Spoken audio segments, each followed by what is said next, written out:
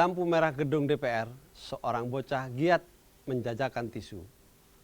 Tak diduga, ketika diberi uang lebih, bocah itu justru menolaknya. Terima kasih, Pak. Bocah kecil itu sungguh mengajarkan hal besar. Dia menjajakan 2 pak tisu seharga Rp10.000. Ketika tisu hanya diambil 1 pak, tetapi uang yang diberikan Rp10.000, dia tak mau menerimanya.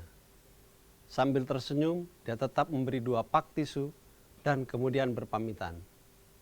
Sambil berjalan pincang, dia pun menuju ke mobil lainnya. Rupanya kakinya cacat. Uang tentu berharga bagi dirinya, tetapi martabatnya jauh lebih berharga.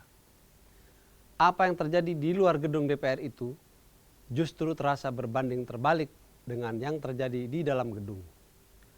Para anggota dewan yang terhormat justru terus berburu anggaran usulan program pembangunan daerah pemilihan UP2DP atau sering disebut dana aspirasi. Padahal dalam praktek, dana aspirasi ini rentan diselewengkan. Terbukti selama tahun 2016 sudah ada 2 anggota dewan yang tertangkap tangan Komisi Pemberantasan Korupsi KPK lantaran menyelewengkan dana tersebut. Harian ini memberitakan Komisi 11 DPR sebagai komisi yang merasa tidak pernah mendapatkan jatah proyek pembangunan di daerah pemilihannya, terus berusaha mendapatkannya.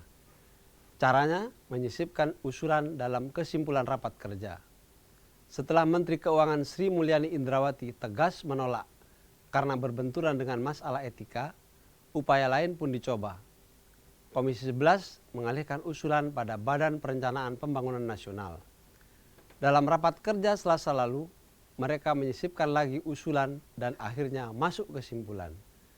Dana aspirasi DPR ini mengingatkan kita juga pada kasus pork barrel budget, praktek budgeting pemerintah federal AS untuk dana proyek di distrik-distrik anggota Kongres AS.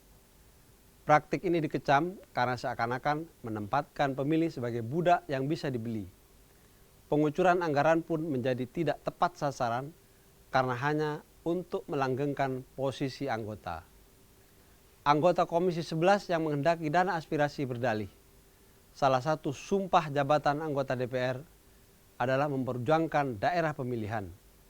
Namun, hal itu bukan alasan kuat karena memperjuangkan aspirasi rakyat di daerah pemilihan bisa juga disalurkan melalui fraksinya.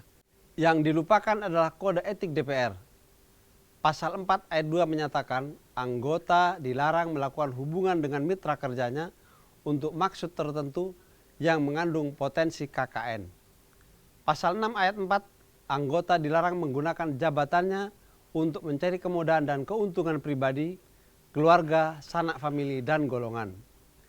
Barangkali kode etik itu perlu direnungkan dan diresapi agar marwah DPR tetap terjaga, tidak tercemar.